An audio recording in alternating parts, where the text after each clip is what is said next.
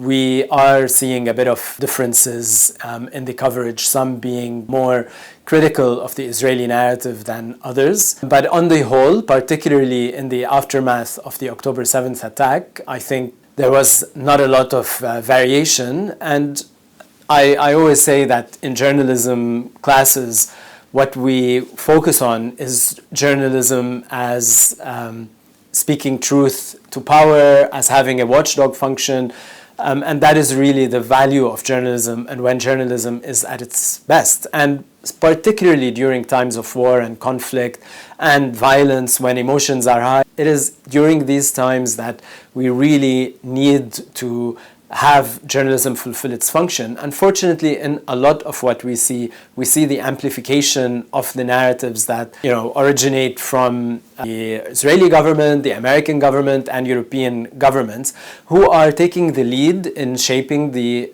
story of the coverage in Israel and Gaza.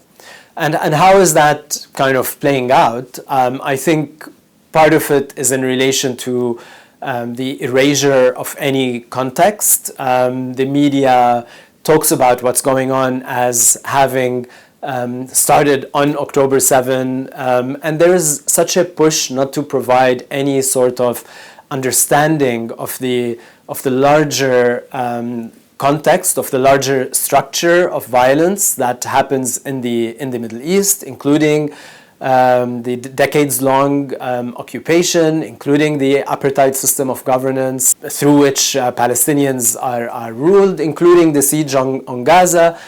All of this is erased from the coverage, and this is disinformation, because if you don't provide the knowledge and the context to what is going on, there is no way that the public can understand it. So erasure of context and the omission of key facts is part of the problem. In the ways interviews are conducted, we see a difference between how Israeli officials are being interviewed and Palestinian voices or officials from the Palestinian Authority. I have noticed that with Israeli officials, journalists stop themselves from asking critical questions. They don't interrupt. We often see long interviews, even in primetime news broadcasts, that are not challenged with difficult questions. While when it is a Palestinian voice, those critical questions rightly come up. And I think that shows kind of a discrimination in the way that interviewees are treated, particularly at the beginning of this round of war and in the aftermath of the October 7th attacks, where every Palestinian voice was demanded as a pretext to even speak out, to first condemn Hamas, and as if Palestinians are, by virtue of their identity, already complicit in the attacks themselves and can only speak after condemning Hamas in this direct way. So that is another way that we see the difference in coverage. When it comes to evidence, the Palestinian narrative is always shrouded in doubt. It is made to be an unbelievable or unbelievable claims that are made. Even something as basic as the number of people killed is now something that supposedly needs to be contested, even though we all see the effects of the carpet bombing of Gaza. Language also plays a very important role in the way that we understand the conflict. Some of the ways that bias seeps into the coverage is through, for example, the use of passive voice in media reports, where Palestinians die, and while Israelis are killed and Palestinians kill, but they just die. Israelis don't kind of actively kill. We also see the idea of human shields, the use of the term human shield as if it's a justification for the killing of that person. So human shields is a very dehumanizing term, as if telling the audience, you don't have to be outraged over this death, because this human being is just a human shield, as if their existence is just in relation to that, not that they're a fully equal human being like you and me and everyone else. Sadly, we've also seen what can only be described as genocidal language in reference to Palestinians. For instance, I watched Newsnight a couple of days ago. A former Israeli ambassador was being interviewed, and in response to a question about allowing fuel into Gaza, he answered about Hamas and described Hamas as human animals, as barbarians, and since the question was actually about Gaza, answering in that way just describes everyone within this very racist terminology that has been consistent in every genocidal campaign we see. There's always kind of this description of human beings as animals, as cockroaches, as less equal than other human beings. And to have that on the BBC without, being retracted, allowing the amplification of this very genocidal, dehumanizing language really belittles the way we can have public discussion, and is such a hateful statement to be broadcast on primetime TV.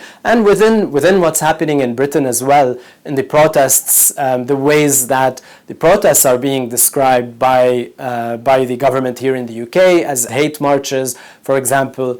Tens and hundreds of thousands of people are supposedly, when calling for a ceasefire and for the end of violence, are branded as hateful, which is really very not only untruthful and inaccurate, but it's also disinformation. It is also counter to the cohesion of society and of communities.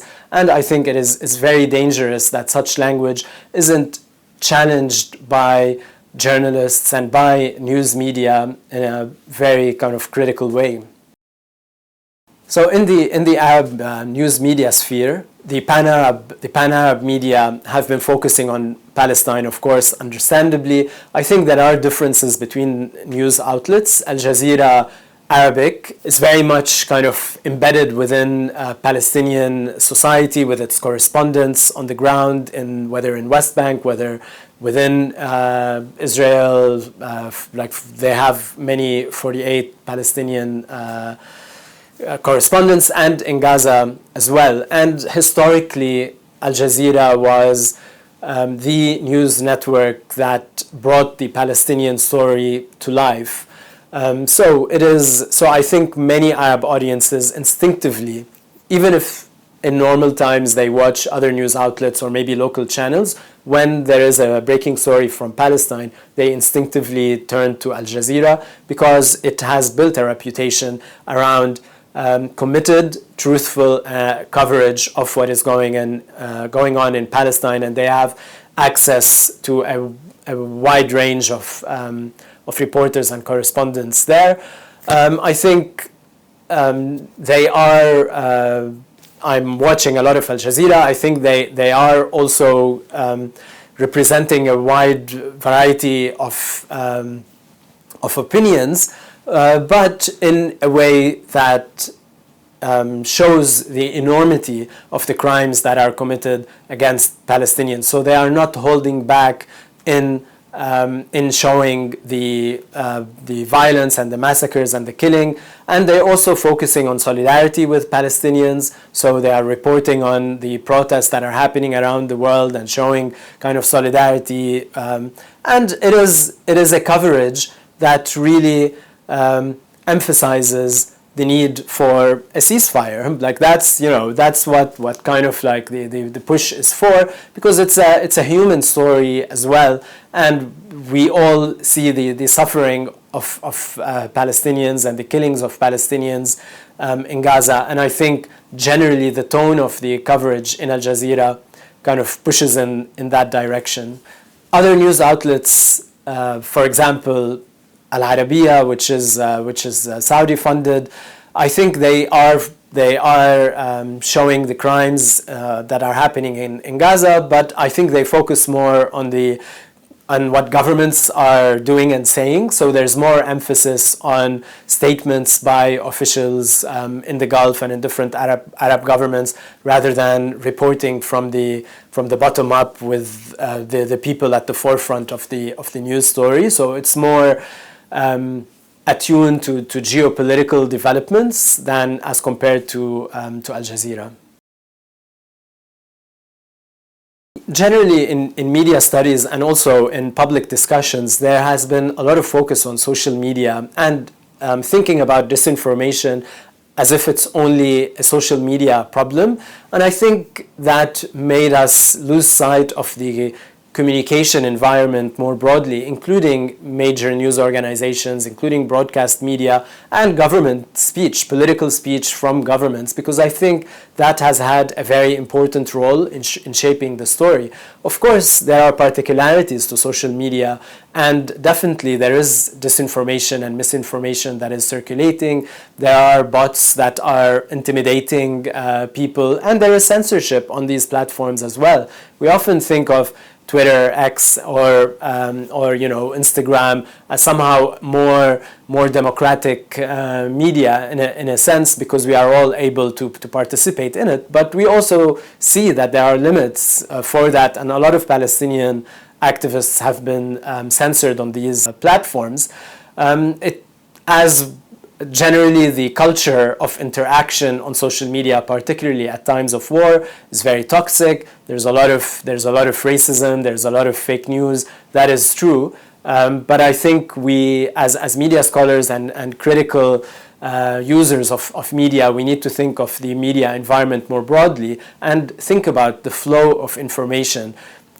So when thinking about disinformation, it's not just disinformation doesn't just circulate horizontally. It is pushed from above. There are power relations that direct misinformation in particular ways. And I think particularly in the coverage of this war, the way that misinformation has been talked about often is in relation to particular incidents, which really distracts from the larger picture. So if you remember the bombing of the hospital or the explosion at the hospital, there was a lot of discourse around that. We still don't know exactly what happened, but the claims that basically Israel didn't bomb the hospital did have a silencing effect, because then there were accusations that, oh, you don't know the facts of what happened, and then we talk about just the hospital while the whole of Gaza is being carpet bombed, and no one can deny that. And then we move on to whatever the particular incident or crime that happens the next day, and we talk about it also through like that prism of doubt, and then we say, oh, you don't know actually what happened in that incident, you don't know all the details. And again, we lose sight of the bigger picture that every day hundreds and hundreds of people are being killed in Gaza, and the whole area is being carpet bombed. And that is the context that we are witnessing now.